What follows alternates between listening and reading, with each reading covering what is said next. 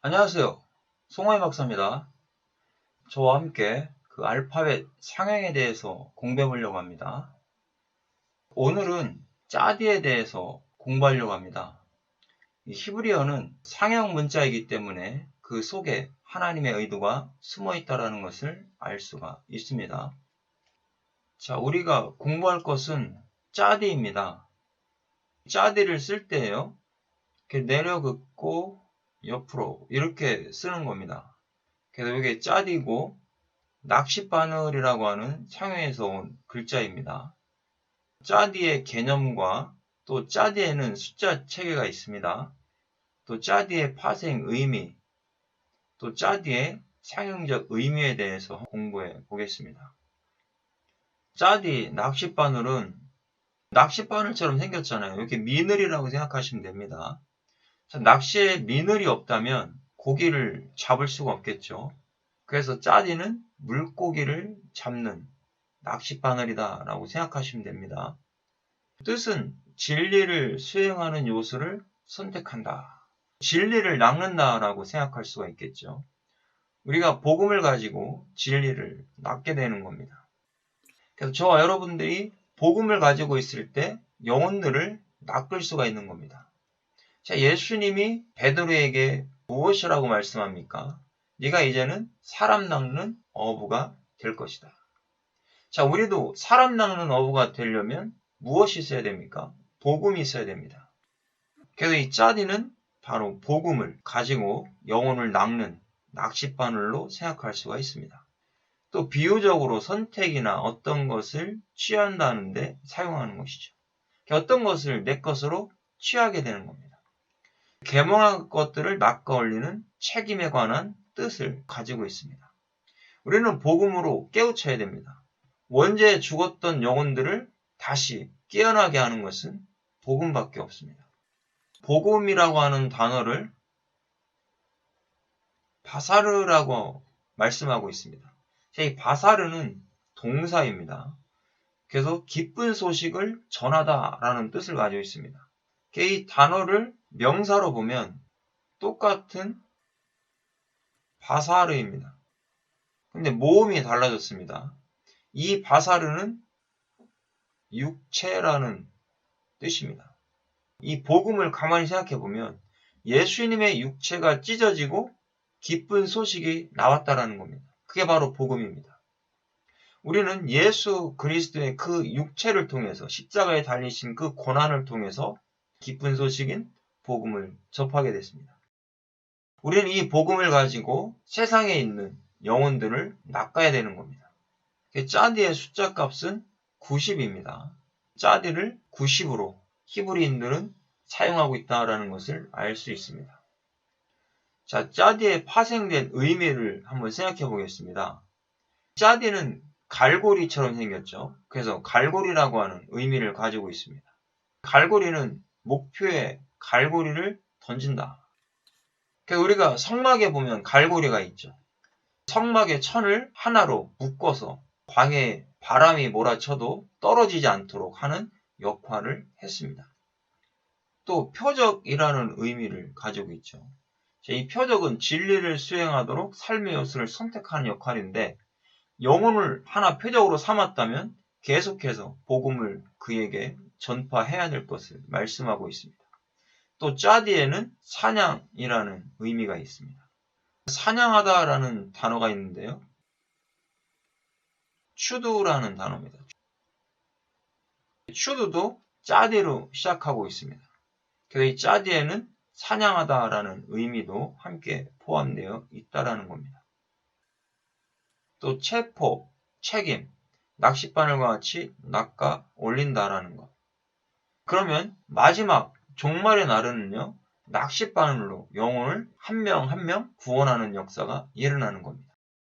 그물로 한 번에 많은 물고기를 잡는 것이 아니라 마지막 때가 되면 1대1의 구원의 역사가 일어난다는 것이죠.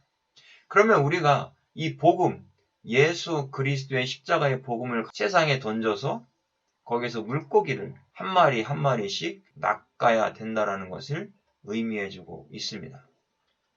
자, 우리가 성경 속에서 첼렘이라는 단어가 있습니다. 첼렘은 형상이라는 뜻입니다. 창세기 1장 27절에 하나님이 자기 형상 곧 하나님의 형상대로 사람을 창조하시되 남자와 여자를 창조하셨다 그랬습니다. 우리에게는 겉사람이 있고 속사람이 있다라는 겁니다. 겉사람은 우리의 육체고 속사람은 영혼을 이야기합니다. 하나님은 하나님의 형상대로 인간을 창조했다라고 말씀하는데요. 자, 여기에서의 하나님의 형상은 바로 속사람을 창조하셨다라는 것을 의미해 줄 수 있다라는 겁니다. 그래서 우리의 영혼은 하나님을 닮아 있는 겁니다. 첼렘이라고 했을 때 짜디라는 알파벳을 사용했습니다. 갈망이라는 것이죠. 그래서 붙잡는 겁니다. 그러면 하나님의 형상대로 지음받은 백성들은 하나님을 붙잡아야 되는 겁니다. 하나님 앞에 낚였기 때문에, 하나님 안에 있기 때문에 우리는 하나님의 형상을 닮았다라는 겁니다. 그 다음에 라메드, 소문은 막대기에서 왔습니다. 라메드는 통제하다라는 의미도 있고요. 가르치다, 배우다라는 의미도 있습니다. 그렇다면 하나님의 형상대로 지음받은 백성들은 하나님의 통제를 받아야 됩니다. 하나님의 말씀을 배워야 될 것을 의미해주고 있습니다. 그 다음에 맴은 물이라는 상형에서 왔습니다. 물은 깨끗하게 하는 정화작용이 있고 말씀의 의미를 가지고 있고 진리의 의미를 가지고 있습니다. 그러면 하나님의 백성들은 깨끗하게 예수 그리스도의 피로 씻김받은 자들입니다. 하나님의 형상을 닮은 사람들은 하나님의 말씀, 복음, 바로 진리의 말씀을 따라가야 될 것을 의미해주고 있는 겁니다. 첼렘이라고 하는 이 형상 속에 이런 의미들을 담고 있습니다. 체오크라고 하는 단어가 있습니다. 웃음거리인데요. 창세기 21장 6절에 사라가 이르되 하나님이 나를 웃게 하시니 듣는 자가 다 나와 함께 웃으리로다. 에스겔 23장 32절에도 주 여호와께서 이같이 말씀하셨느니라. 깊고 크고 가득히 담긴 내 형의 잔을 네가 마시고 코웃음과 조롱을 당하리라. 그래서 여기 웃다라는 개념과 코웃음의 단어가 체오크라는 단어라는 겁니다. 아브라함과 사라가 아이를 낳지 못했습니다. 사라 같은 경우에도 이삭을 낳음으로 그 모든 수치가 떠나갔고 웃게 되는 역사가 일어나는 것이죠. 이삭의 이름 속에 웃음이라고 하는 의미가 있습니다. 그전에는 웃을 것이 없다라는 겁니다. 그럼 우리가 이것을 봤을 때 하나님 안에서 구원받기 전과 구원받은 후의 삶은 달라진다는 겁니다. 구원받기 전에는 세상 사람들로부터 수치를 당하고 코웃음 당할 수밖에 없는 상황이었다라는 겁니다. 그러나 예수 그리스도를 믿고 난 이후에는 웃을거리가 많아졌다라는 겁니다. 그러면 저와 여러분들의 삶 가운데 웃음이 떠나지 않는 그런 축복이 있어야 될 것을 말씀해주고 있습니다. 체오크라는 단어를 보니까요, 짜디가 들어가 있잖아요. 갈망. 웃음거리가 끊어지지 않으려면 어떻게 됩니까? 하나님을 붙잡아야 됩니다. 하나님을 갈망해야 되고 진리를 갈망해야 되는 겁니다. 바라봐야 된다는 것이죠.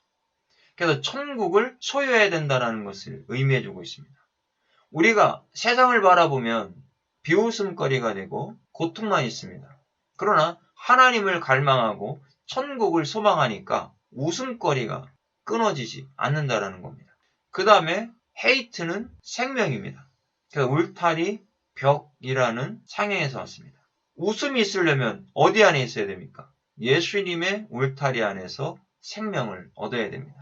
바로 십자가에 달리신 예수님을 통해서 우리가 구원의 은혜를 받아야 되는 겁니다. 그 다음에 호프는 바늘귀에서 왔습니다. 소망의 의미가 있죠. 체오크, 이 웃음이라고 하는 단어 속에 천국을 소망할 때 하나님의 백성들이 웃을거리가 많아진다는 겁니다. 구원받고 기쁘고 즐거운 일들이 많이 있다는 것을 알 수가 있습니다. 그러나 우리가 하나님의 말씀을 떠나서는, 생명을 떠나서는 비웃음거리가 될 수밖에 없겠죠. 세상으로부터 질타당하는 삶을 살게 되는 겁니다. 우리는 항상 하나님을 갈망하고 예수 그리스도의 생명 안에 있으면서 천국을 소망할 때 기쁨이 있고 안식이 있고 즐거움이 있다라는 것을 체오크를 통해서 깨달을 수가 있습니다. 촌이라는 단어가 있습니다. 이 촌은 양이라는 뜻입니다.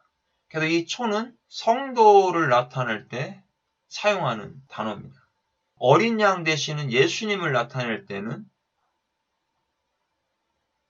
새라는 단어를 씁니다. 이것도 양이라는 뜻이 있고 촌도 양이라는 뜻이 있습니다. 그러나 성경에서 보니까 촌이라고 하는 단어는 성도에 사용을 할 수가 있고요.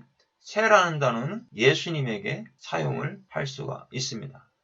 그래서 세례 요한이 말씀하고 있죠. 세상짐을 지고 가는 어린 양을 보라. 그때 바로 새라고 하는 단어를 신약 히브리어에서 사용하고 있습니다. 출애굽기 2장 17절에 목자들이 와서 그들을 쫓는지라 모세가 일어나 그들을 도와 그 양떼에게 먹이니라. 요한복음 10장 15절에 아버지께서 나를 아시고 내가 아버지를 아는 것 같으니 나는 양을 위하여 목숨을 버리노라. 바로 이 양이 촌이라는 거죠. 성도들을 위해서 예수님이 십자가에서 목숨을 버리셨다라는 것을 알 수 있습니다. 그러면 성도들은 어떤 삶을 살아야 될까라는 것을 이 촌이라고 하는 단어를 통해서 깨달을 수가 있습니다. 하나님을 붙잡아야 됩니다. 성도는 하나님 말씀을, 복음을, 예수님을 갈망해야 됩니다. 자, 이 알레프는 황소라고 하는 상형에서 왔습니다. 힘의 권능자가 되시고 하나님이라고 하는 의미를 가지고 있습니다. 엘로힘이라는 단어가 있죠.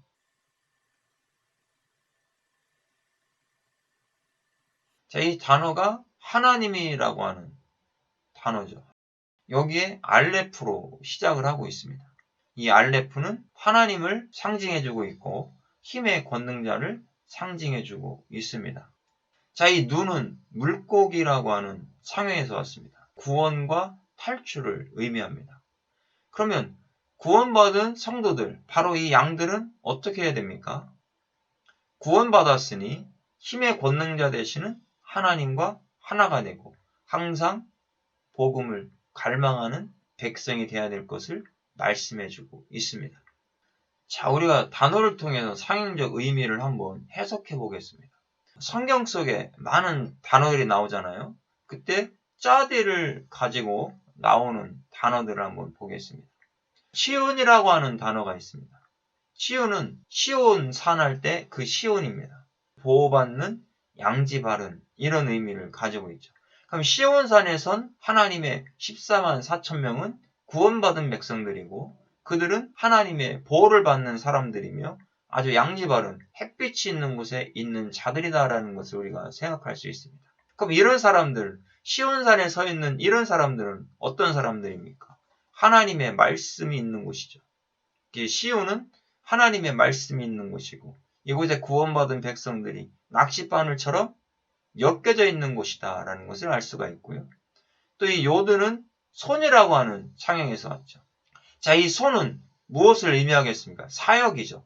십자가에 못 박히신 이게 바보가 못에서 왔죠. 구원받은 백성들을 있게 하는 곳, 그것이 바로 시온이다라는 것을 알 수가 있습니다. 그 다음에 차바라는 동사입니다. 차바는 하나님께서 명령하신다라는 겁니다. 구원받은 하나님의 백성들은 하나님이 명령하신 것을 지켜야 되겠죠. 자, 우리가 노아도 방주를 지었습니다. 하나님께서 방주를 지으라고 명령하셨죠. 근데 노아는 그 말씀을 다 이루었다라는 겁니다. 그 방주가 테바였죠. 자, 이 테바, 이 십자가를 상징해주고 있죠. 바브는 집입니다. 해는 숨구멍이죠. 그래서 호흡을 의미하는 겁니다. 그러면 방주는 어떤 의미입니까? 십자가의 집안에서 숨을 쉬게 하는 곳이 이것을 지으라고 노아에게 명령했을 때 노아는 그 명령대로 다 지었다라는 겁니다.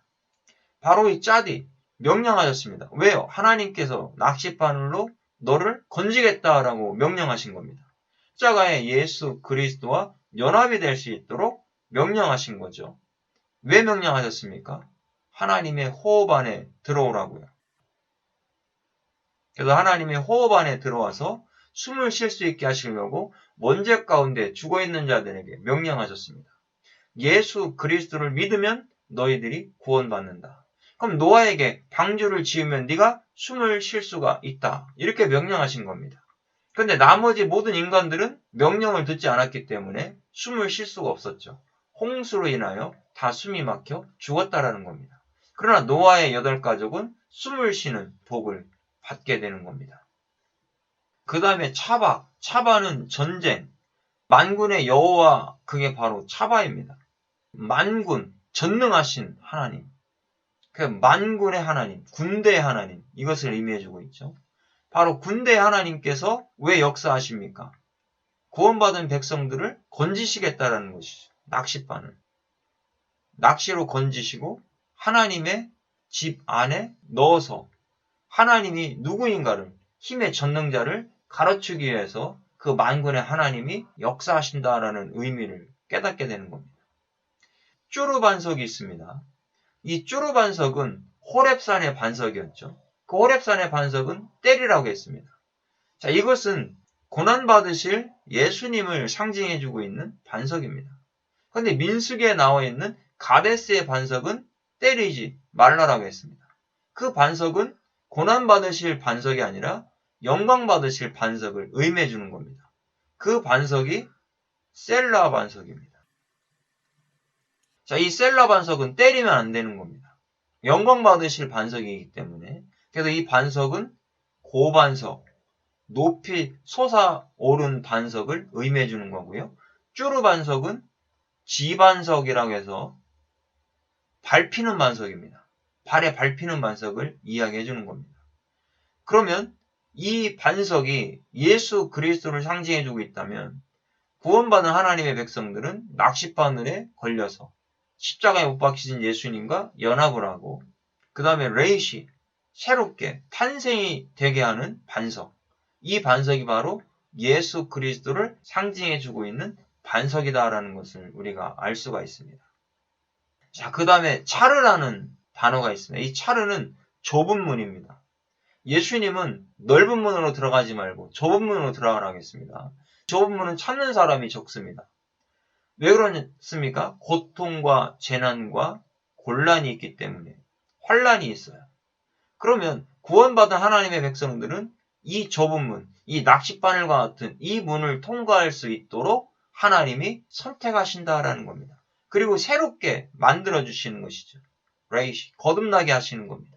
이 좁은 문은 아무나 들어가는 것이 아니라 하나님께서 선택하여 뽑아낸 그 사람이 거듭나서 들어가는 문이다. 그 문이 바로 환란의 문이다라는 것을 여기에서 이야기해주고 있는 겁니다. 자, 우리가 오늘 히브리어 알파벳 짜디에 대해서 공부해봤습니다. 짜디는 낚싯바늘입니다.